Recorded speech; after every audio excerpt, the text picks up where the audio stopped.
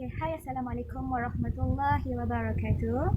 Nama saya Sharifah Nur Izzati binti Said Najamuddin. Nombor metrik adalah 192863. Saya merupakan pelajar daripada Bachelor Pendidikan Bahasa Melayu, iaitu merupakan pelajar semester 6 daripada Fakulti Pengajian Pendidikan Universiti Putra Malaysia. Jadi pada hari ini saya akan memberitahu ataupun mengkaji tidak secara mendalam, tetapi hanya sekadar untuk menambahkan ilmu pengetahuan dan berkongsi apa yang saya dapat dengan kawan-kawan semua ataupun murid-murid yang di luar sana. Jadi hari ini saya akan mengkaji skrip drama daripada buku teks Komsas, iaitu buku teks komponen sastra yang berjudul Sejadah Rindu. Akan tetapi saya akan lebih mendalam kepada karya teks skrip drama, iaitu yang berjudul Drama Bukan Gila, karya daripada Syarif Syarif. Okey, ini bukunya, buku teks Sejadah Rindu, dan tajuk Drama Bukan Gila itu yang ini boleh kita lihat pada muka surat 81 sehingga 108, di mana terdiri daripada 7 babak yang terdapat dalam skrip drama Bukan Gila.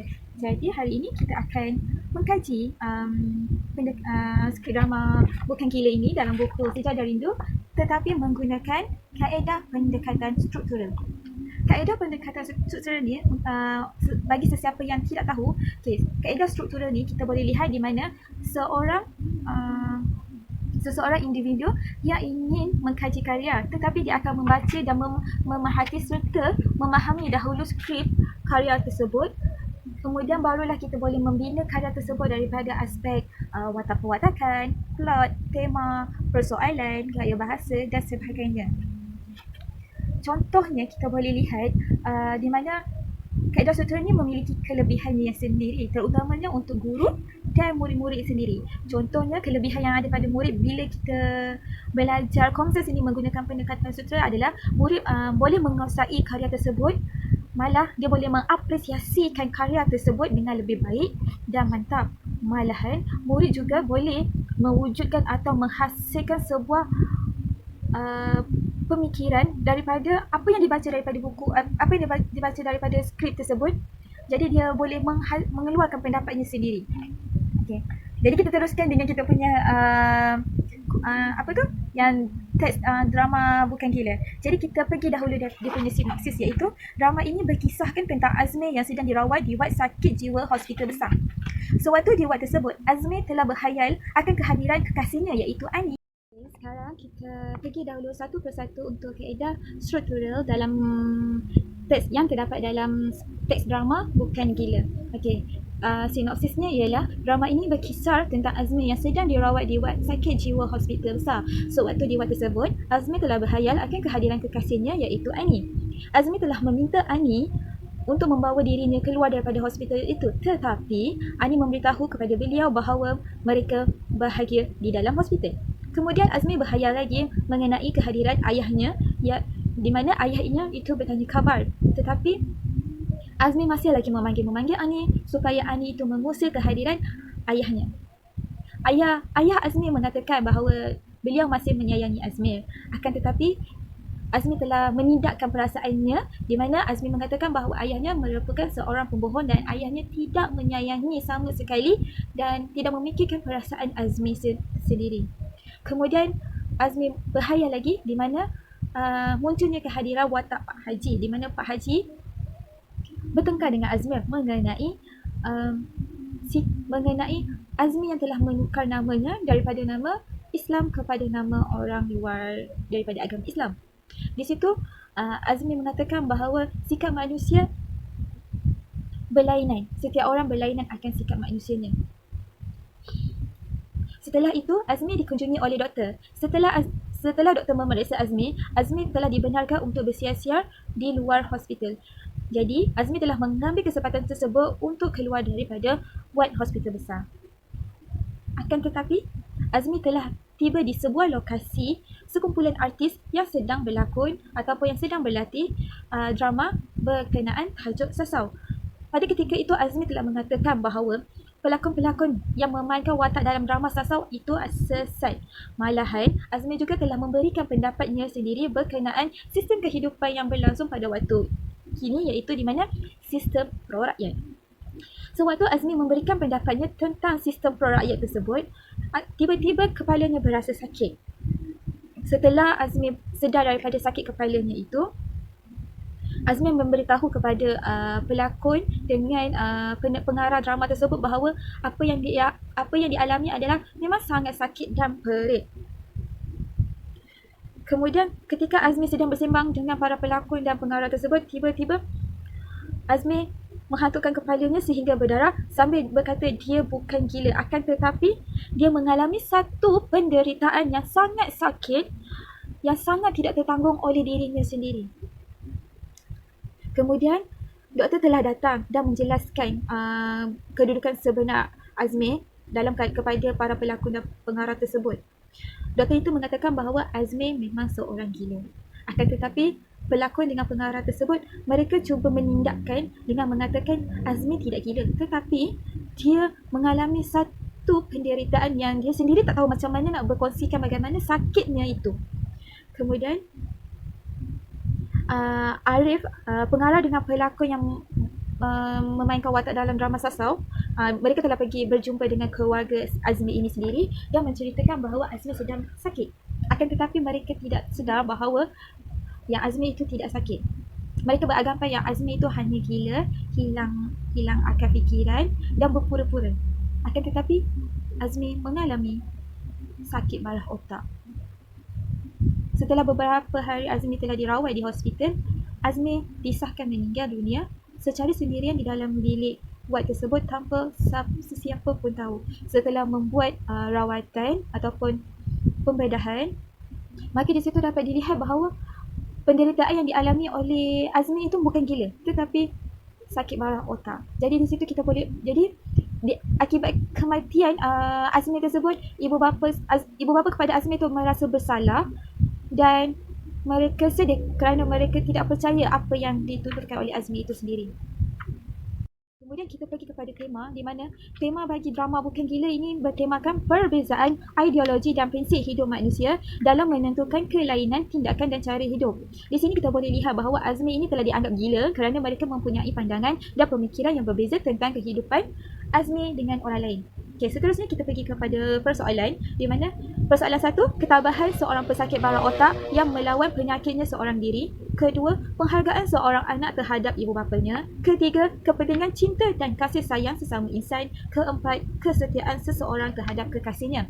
Kelima, sikap tidak ambil peduli masyarakat terhadap kesusahan yang dialami oleh kesakitan seseorang. Keenam, kebenaran hanya bersifat luaran dan terbit dalam kata-kata. 7. Kepentingan wang dalam kehidupan. Watak perwatakan yang terdapat dalam drama Bukan Gila ini terdiri daripada watak utamanya adalah Azmi, manakala watak sampingannya terdiri Arif, Dr. Razi, ibu bapa Amir, Pak Haji, Ani dengan para pelakon yang memainkan watak dalam latihan drama sasau. Seterusnya, plot dalam drama Bukan Gila ini dia sangat menarik dan ia terdiri daripada permulaan, perkembangan, klimaks, perumitan dan peleraian. Peleraian ni kita boleh lihat di mana Azmi itu telah meninggal dunia disebabkan oleh sakit bawah otak. Manakala gaya bahasa yang terdapat di dalam drama Bukan Gila ini adalah gaya bahasa diksi, penggunaan kata-kata ataupun ungkapan yang menarik dan perkataan daripada luar seperti perkataan daripada bahasa Arab, bahasa Inggeris, pinjaman bahasa Inggeris dan sebagainya. Kemudian pengulangan kata seperti anafora, repetisi dan sebagainya. Kemudian gaya bahasa. Yang ketiga, gaya bahasa singkop. Keempat, gaya bahasa simile. Yang kelima, gaya bahasa hyperbola. Keenam, gaya bahasa metafora. Dan yang terakhir, gaya bahasa kata ganda. Okey, itu sahaja yang akan saya betul. Sekarang kita pergi pula langkah-langkah pengajaran yang boleh guru, saya bukan guru tapi saya masih belajar.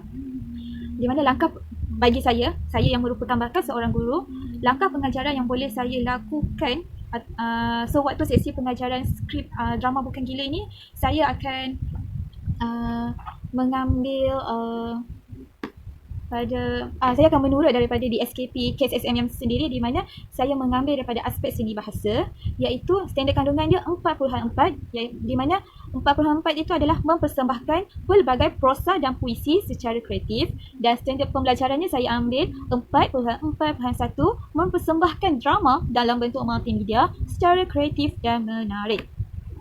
Okey, sebagai bakal seorang guru, langkah pengajaran yang pertama sekali saya akan melakukan seinduksi, di mana dalam seinduksi itu saya akan menayangkan sebuah video yang berkaitan sinopsis drama Bukan Gila ini, sama ada saya membuat sendiri daripada aplikasi Powtoon ataupun saya mengambil daripada YouTube yang telah dibuat oleh guru-guru sebelum ini berkenaan tajuk drama Bukan Gila.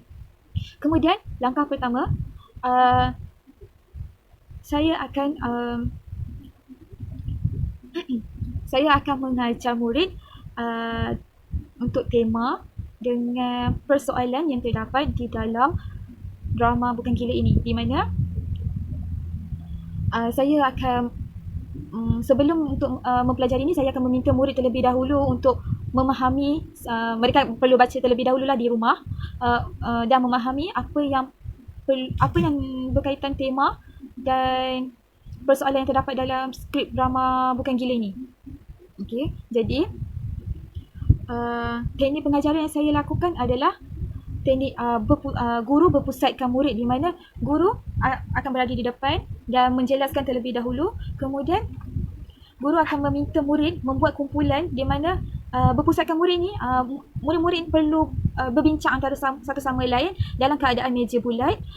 Dalam satu kumpulan terdiri pada 4 hingga 5 orang. Jadi dalam setiap kumpulan tu mereka akan memahami skrip drama tersebut dan mengeluarkan seberapa banyak tema dan persoalan yang telah dimiliki, yang mereka boleh dapat. Kemudian setelah itu saya akan melanjutkan pada langkah 3, di mana saya akan meminta murid-murid itu mengeluarkan tema dengan persoalan. Langkah 3 tadi, saya akan meminta murid wakil daripada kumpulan-kumpulan tersebut untuk mengeluarkan tema dan persoalan yang telah mereka keluarkan, kemudian menggunakan cara dinding-dinding maklumat, di mana murid-murid akan menuliskan tema dengan persoalan tersebut dalam satu helai kertas mahjong dan tampal di dinding-dinding, dan murid-murid akan melaksanakan aktiviti gallery walk. Seterusnya, saya akan pada langkah keempat, saya akan meminta murid mempersembahkan drama sketsa drama Bukan Gila ini